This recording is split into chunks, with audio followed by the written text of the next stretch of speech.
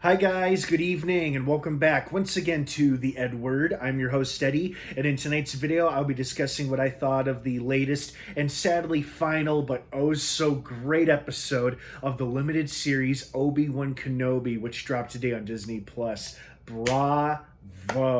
Bravo indeed. This might have been the best, if not one of the best episodes they did in the short limited run that this show had.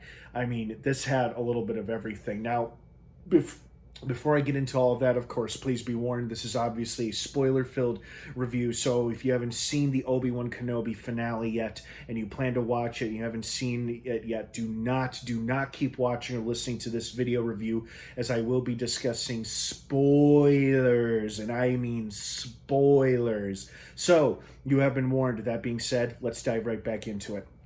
First and foremost, I really enjoyed the duel, but the final duel between him and Vader. I loved how, despite the fact that it's Vader and James Earl Jones's voice saying all these things, trying to antagonize Obi-Wan, it's clearly the spirit and the tone of Hayden Christensen / Anakin saying all this crap to him. Even though it's in James Earl Jones's voice, you know it's Anakin behind the helmet, behind the voice, and you can tell it's him saying this crap to Obi-Wan to get him riled up and piss him off during their fight. And then even when Obi-Wan strikes his helmet and half his face is showing, I love that we got to see some of Hayden Christensen's face. That was a real treat to see, and I love that we got to hear his voice as well. I was suspicious they were going to do a move like that because it feels like the only way they could do that with him being dressed up as Darth Vader, and it was more than acceptable. It was quite satisfactory, and his burnt makeup effect looked great too, even with only half of it showing and the rest of it covered by the helmet. You can clearly see where he was very much still very physically scarred from their last duel on Mustafar. So the duel between the two of them was great. I wasn't all surprised that Vader was just so fixated on Kenobi that they let the other rebels go, which was great because it means they all survived.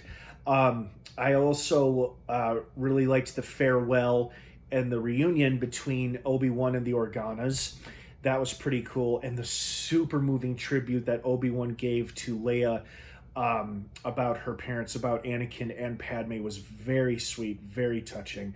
I also really enjoyed seeing the Emperor again. Not exactly surprised to see him, but it was still a pleasant treat all the same because Ian McDiarmid is great as the Emperor, so it was nice to see him again. I loved how even the Emperor could call out or tell that Vader / Anakin was still so worked up and so riled up about Obi-Wan that he's like, "You seem aggravated, my friend," and then reminded him of what the real objective was, which was running the Empire. And I also loved how aggressive and aggravated and frustrated Vader sounded when he was talking to Palpatine, because again, it's James Earl Jones's voice and words, but the fiery passion behind it is that of Hayden Christensen, and that is probably why they brought him back. They could have gotten any stuntman or stand-in to dress up as Vader and play him and do all the physical stuff, but I love the fact that they brought back Hayden Christensen specifically for this, and I think it was for that scene in particular as well. It also didn't surprise me that Reva couldn't bring herself to destroy Luke because she realized that before she could do it, she would have become the very thing she absolutely hated and wanted to destroy, which was Vader. She'd just be another mad Sith trying to kill another Jedi youngling, which is basically what Luke was in that scene, and she just couldn't bring herself to do it. I wasn't expecting anybody to save him at the last minute, but I was wondering what was going to stop her, and sure enough, her own PTSD, her own realization that she had turned into the thing that she wanted to destroy, or the thing she hated so much, which was Vader, for trying to kill her and killing all her youngling friends. So I'm glad that she came to her senses, because it feels like she was someone who's just driven by pain and anger. Not necessarily evil, but someone who's driven with that much emotional pain and baggage in their life can do some pretty bad things to other people. I also loved how much Beru finally got some decent screen time in this episode. You know, we've only seen her at a far in the first couple episodes, and then she sat out the past 3. So I'm great that they gave her so much screen time in the final episode, and she kicked some serious ass as well, which was awesome.